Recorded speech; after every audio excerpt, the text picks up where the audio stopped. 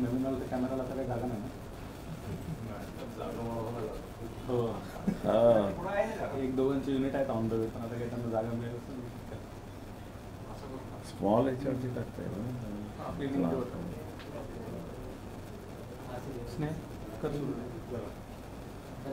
करा स्टॉप.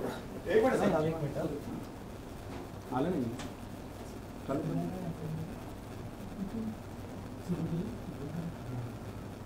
कुठल्या पाहिजे फोन कोणता आहे? ठीक आहे. फोन कोणाचा आहे? कुठला फोन होता? याच्यावर नाही लावला. पेज कोणतं आहे? ठीक चला. हो थांबतो. लाईव्ह नाही आहे ना कोणाचं? आपलं सुरू झालं सगळ्यांचं लाईव्ह. अच्छा सगळ्यांचं लाईव्ह आहे. ठीक फ्रेम व्यवस्थित करते. हो लिंक टाकून ते फ्रेम व्यवस्थित करते.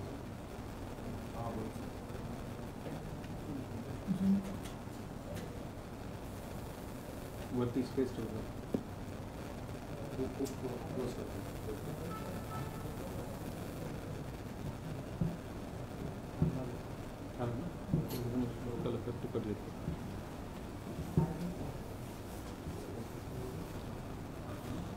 स्टँड वरती करा. स्टँड वरती करा.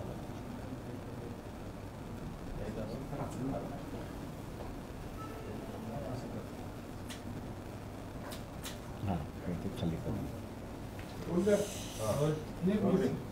ओके.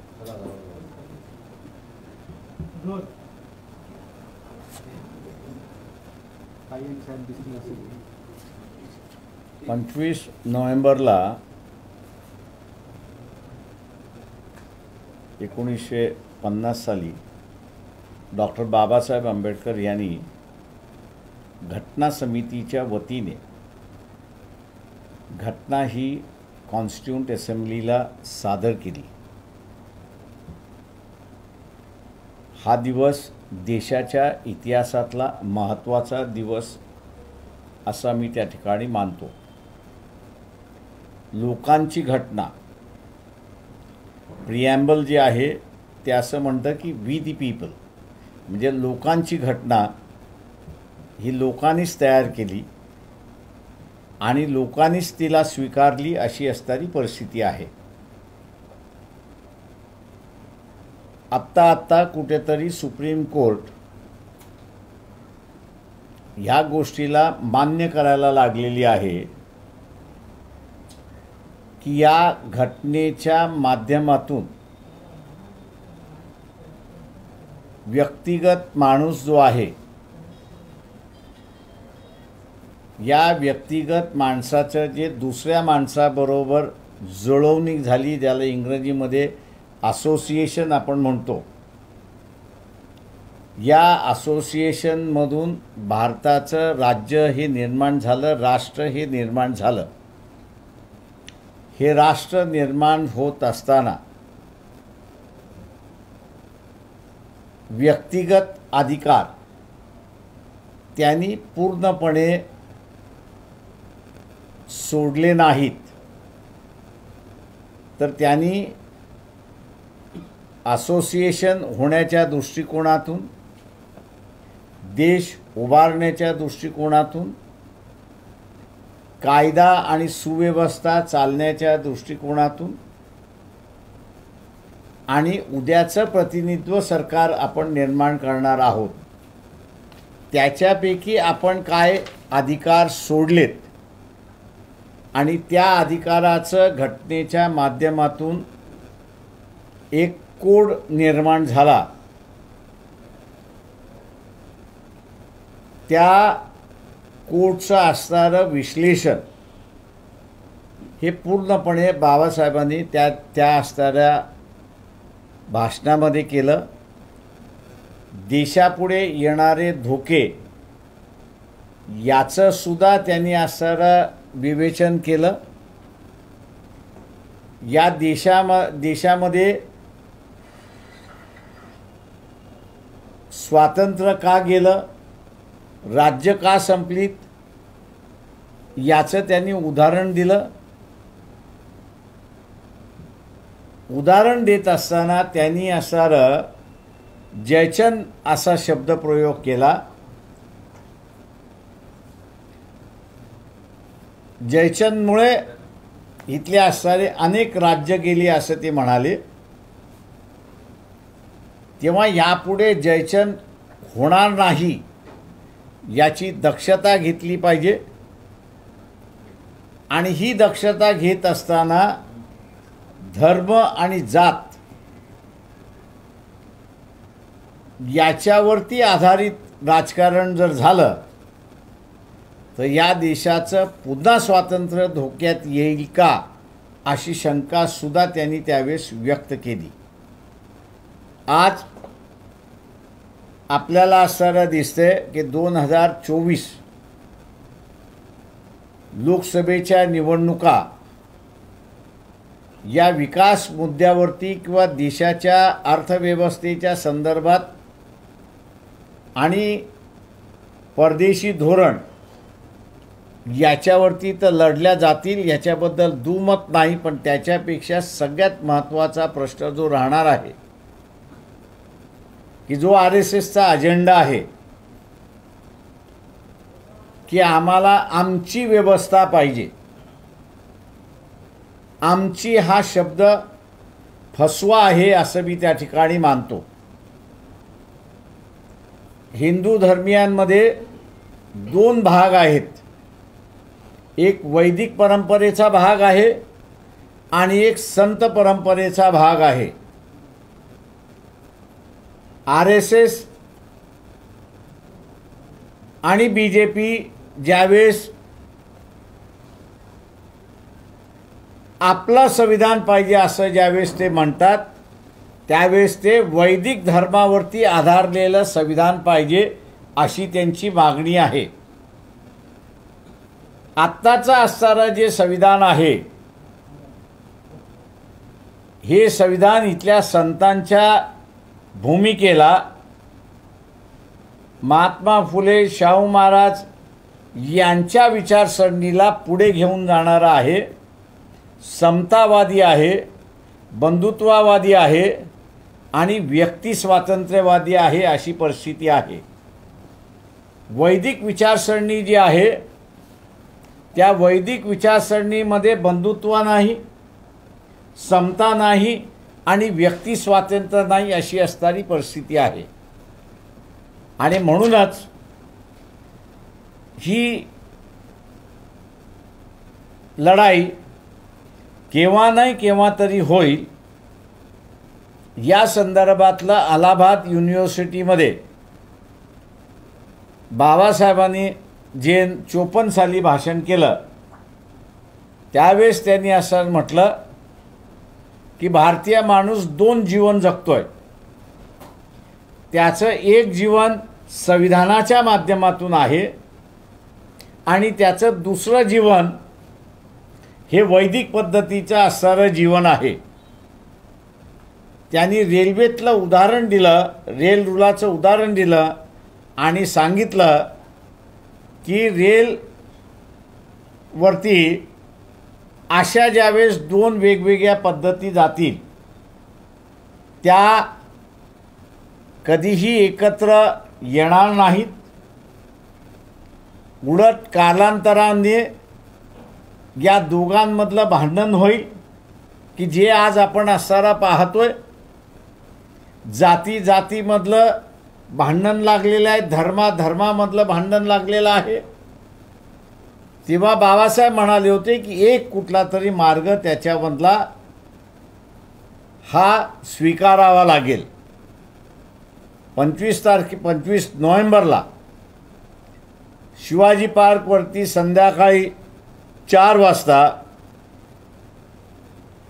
संविधान के सम्मान में वंचित बहुजन आघाडीच्या वतीने जी रॅली ठेवण्यात आलेली आहे त्याचा उद्देश हाच आहे की 2024च्या मार्च महिन्याच्या एप्रिल महिन्याच्या लोकसभेच्या निवडणुकीला जाण्याच्या अगोदर हा विषय ऐरणीवरती येणार आहे.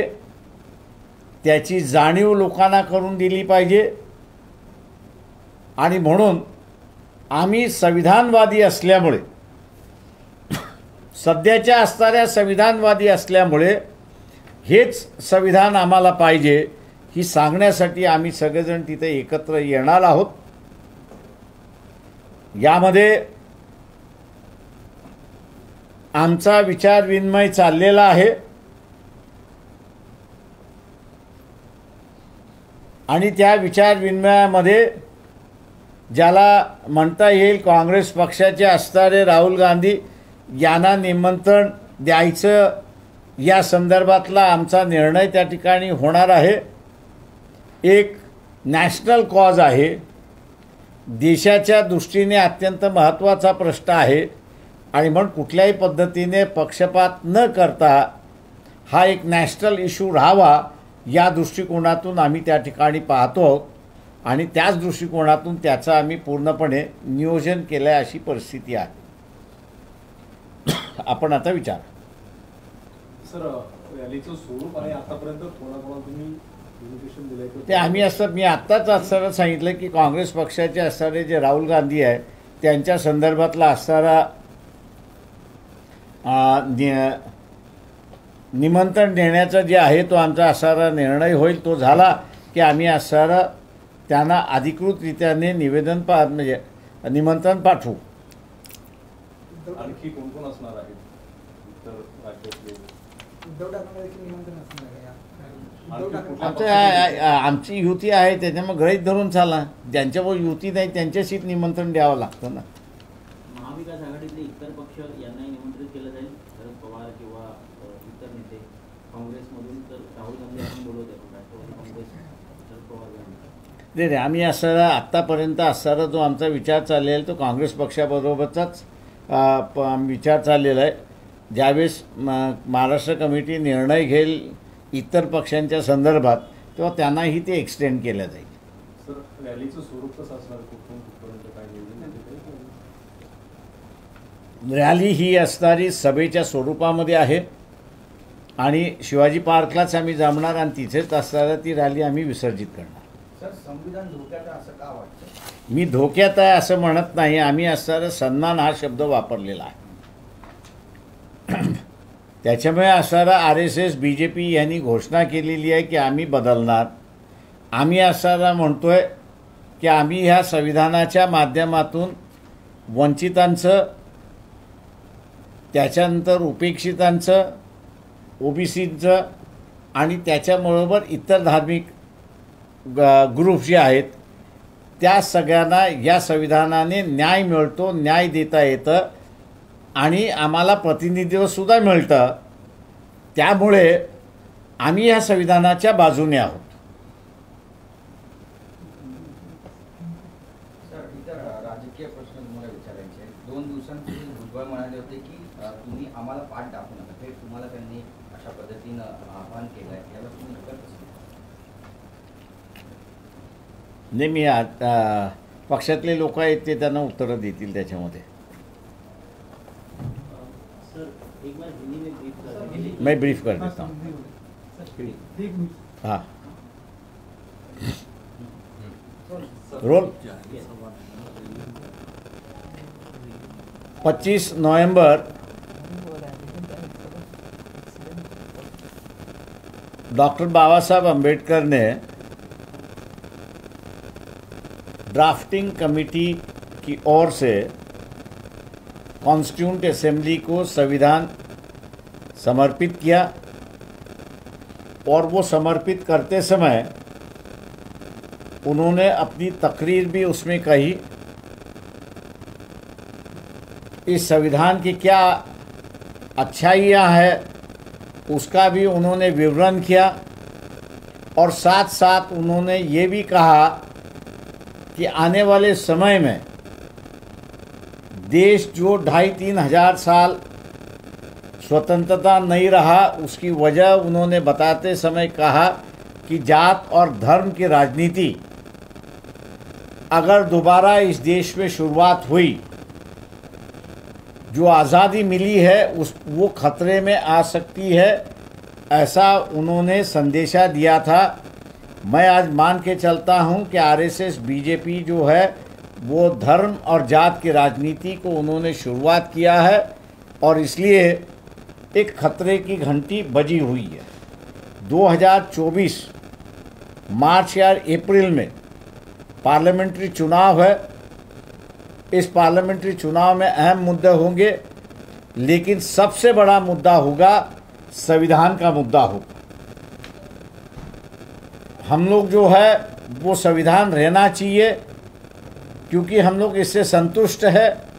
प्रतिनिधि मिलता है, ओबीसी को अधिकार मिलता है, बाकी धर्म के लोगों को अपना धर्म अदा करने के लिए आज़ादी मिलती है और इसलिए 70 साल एक विश्वास के साथ हम लोग संविधान यहाँ पर अदा कर रहे हैं और अपना अधिकार भी यहाँ पर एंजॉय कर रहे हैं। दूसरी बात यहाँ पर जो है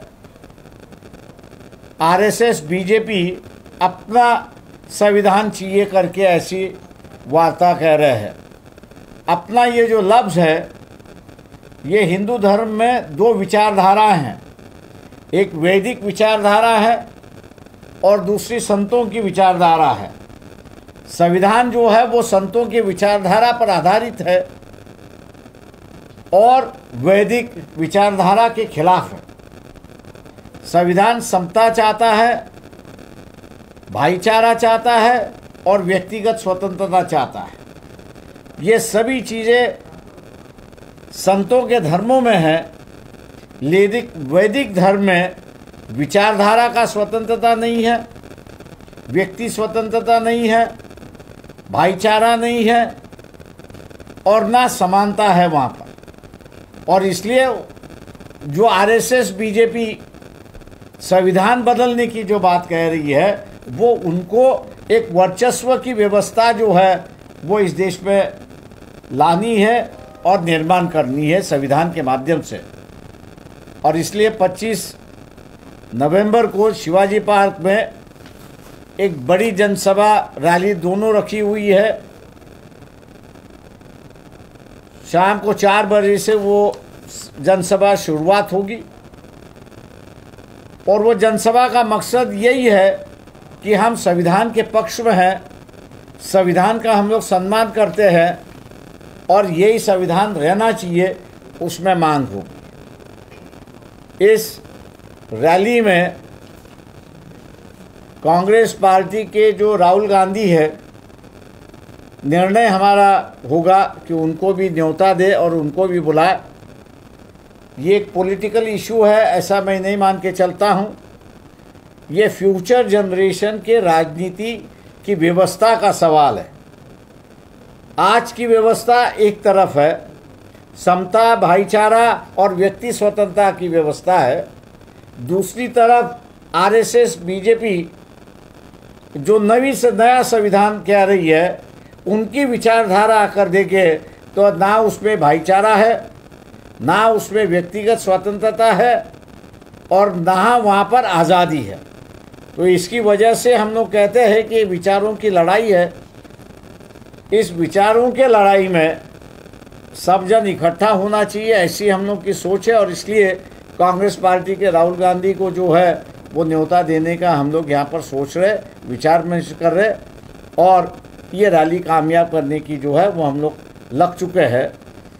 सरकार की ओर से, महाराष्ट्र की सरकार से वो मैं कहूँगा कि हम लगातार महीने भर से परमिशन शिवाजी पार्क के मांग रहे थे लेकिन कल ही उन्होंने जो हमको परमिशन दे दी है और इसलिए 4 दिन में जो है हम लोग इस रैली को कामयाब बनाने में जुटे हुए हैं और इसलिए कई लोगों को जो है वो लेट न्योता हम लोग दे रहे हैं। सर महाविकास आघाड़ी के कौन से और दूसरे नेता को बुलाया जाएगा?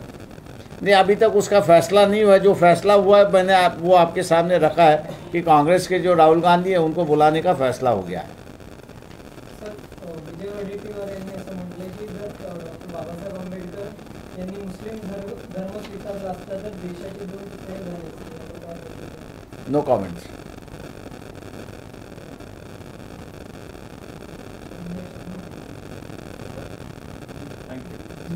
तुमचं मध्यंतरी जागा वाटपाची चर्चा सुरू होती कोणाबद्दल? विकास आघाडी, तुम्हाला काही त्या संदर्भात काही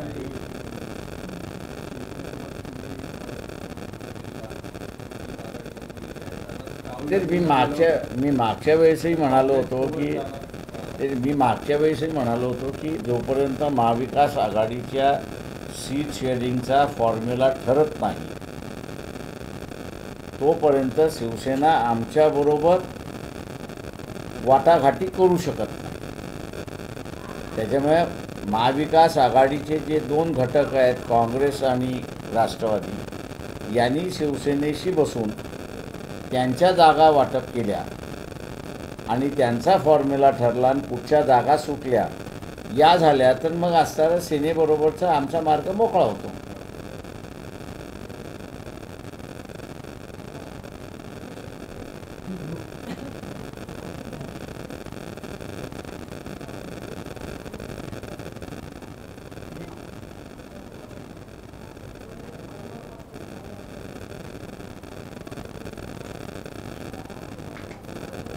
ओबीसीची मोठी परिषद झाली अंबड येथे मोठी काय जर तिथे का व्यक्त करा ओबीसी संघटित होते ते सगळ्यात या संदर्भात म्हणालो की पक्षामधले असणारे भूमिका जी आहेत आम्ही ठरवतोय आणि ते लवकरच बाहेर पडेल।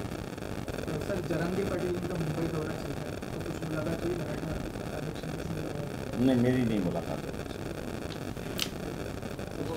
छगन भुजबळ ज्या प्रकारे पूर्व विभागावरती छगन भुजबळ यांनी पूर्व विभागावरती काही प्रश्न उपस्थित केलेले होते। पूर्व होम मिनिस्टर कसं बघते त्याकडे? कुठेतरी त्याचं म्हणणं असं आहे की फडणवीस गृहमंत्री माफी मागतायत त्यामुळे कुठेतरी पोलिसांचं मनोधैर्य आपला असणारा पोलीस राज्य नाही आहे, त्याच्यामुळे पोलिसामार्फत राज्य ज्यांना करायचं आहे ते राज्य करतील, ज्यांना असणारं लोकशाहीमार्फत राज्य करायचं आहे ते लोकशाहीमार्फत करतील। भुजबळांची जी भूमिका आहे मराठ्यांबाबतची आणि ओबीसी बाबतची, भाजपचे नेते आता आणि इतर विरोधी पक्षातले जे नेते आहेत ते म्हणत आहेत की भाजपची ही भूमिका आहे, म्हणजे भुजबळ भाजपची भूमिका घेऊन चालतात। आम्ही काय म्हणालो की आम्ही असणारं लवकरच या संदर्भातलं आमचं स्टेटमेंट निघेल। थँक्यू।